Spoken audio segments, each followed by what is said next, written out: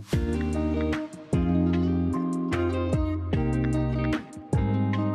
day in my life na lagang taga-atla ingan na saag sa uma.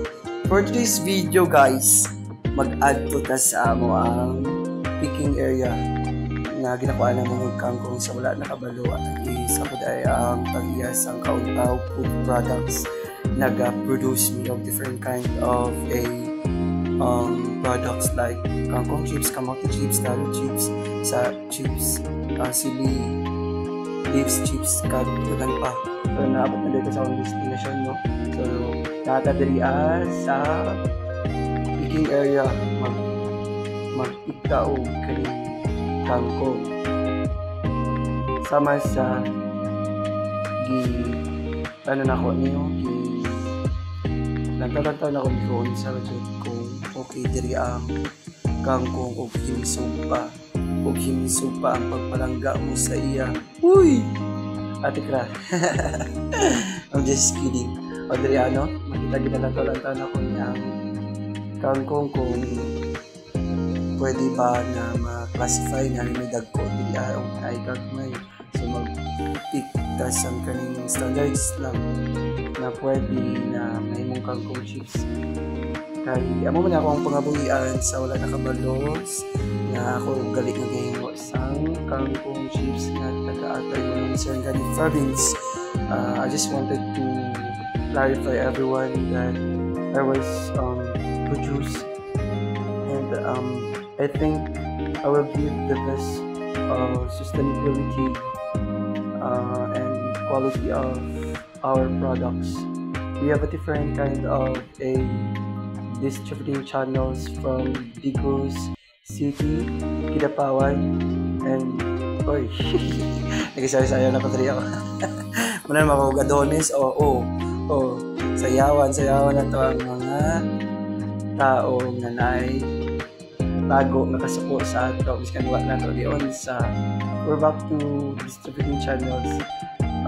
Nami Mardel, nami Jensen, also KCC at the airport, Feelings Pasalubong Center and Lagaw, many dagan pa dari na binagatan na po mga evergreen di kayo siya yung colors, that's why it's such a very marag ano di kayo siya marag nindot sa mata ang nature.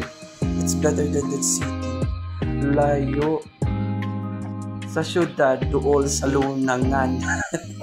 No, diri no, galata-lata ko diri sa rambutan kanay tay bala kay mga ligitag rambutan tikati ko pa diri. So wala nakabalo ang area is kaya ang component na correct me if ano ay ang component na bugador sa proxing ko at lai lang ni siya. Actually ginabakal ko ni siya ang kangkong sa iya, so wala na kabalo. I just want to clarify, everyone knows that business ko ni siya, but i-angkol nga area diri na kangkong area nga napakaon galing sa baboy. But to be honest guys, plantation area is very I think malinis masyado.